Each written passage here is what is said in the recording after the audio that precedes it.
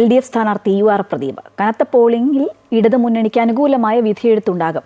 വികസന തുടർച്ചയ്ക്കുള്ള വോട്ടാണ് ചോദിച്ചത്. അതേസമയം EP ജയരാജന്റെ പരാമർശത്തിൽ ഇടത് നേതാക്കൾ മറുപടി പറയുമെന്നും UR പ്രദീപ് പ്രതികരിച്ചു. നല്ല പോളിംഗ് ഉണ്ടാവും. ആ പോളിംഗ് ഇടതുപക്ഷ ജനാധിപത്യ മുന്നണിക്കുള്ള അനുകൂലമായ വിധിയെഴുത്തുണ്ടാവുമെന്നാണ് ഞാൻ കരുതുന്നത്. മണ്ഡലത്തിലെ പരമാവധി ബൂത്തുകളിൽ ഓടിയെത്തി ഒന്ന് പ്രവർത്തകരെയും കാണണം, പിന്നെ പോളിംഗ് സ്റ്റേഷനിൽ ഒന്ന് കയറി നോക്കണമെന്നുണ്ട്.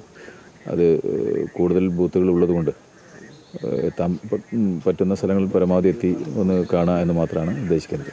ഇവിടെ വികസനത്തിൻ്റെ തുടർച്ചയ്ക്കുള്ള വോട്ടാണ് ചോദിച്ചത്. നിലവിൽ ഉപതെരഞ്ഞെടുപ്പ് സ്ഥാനാർത്ഥികൾക്കെതിരായ പരാമർശങ്ങളൊക്കെ ഉണ്ട്.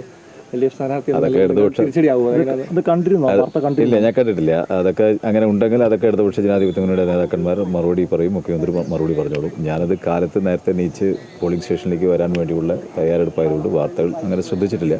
ഏതായാലും അതിനെക്കുറിച്ച് ഞാൻ എന്താണ് മനസ്സിലാവാത്തത് കൊണ്ട് എനിക്കിപ്പോൾ അത് മറുപടി പറയാൻ കഴിയില്ല. ഇപ്പോൾ നടത്തിയ പ്രവർത്തനത്തെ സംബന്ധിച്ച് ജനങ്ങളുടെ മുമ്പിൽ വെച്ച് ഇന്നലെ വരെയുള്ള വോട്ടഭ്യർത്ഥന നടത്തിയിട്ടുണ്ട്. പരസ്യമായിട്ടും നിശബ്ദമായിട്ടും നടത്തിയിട്ടുണ്ട്.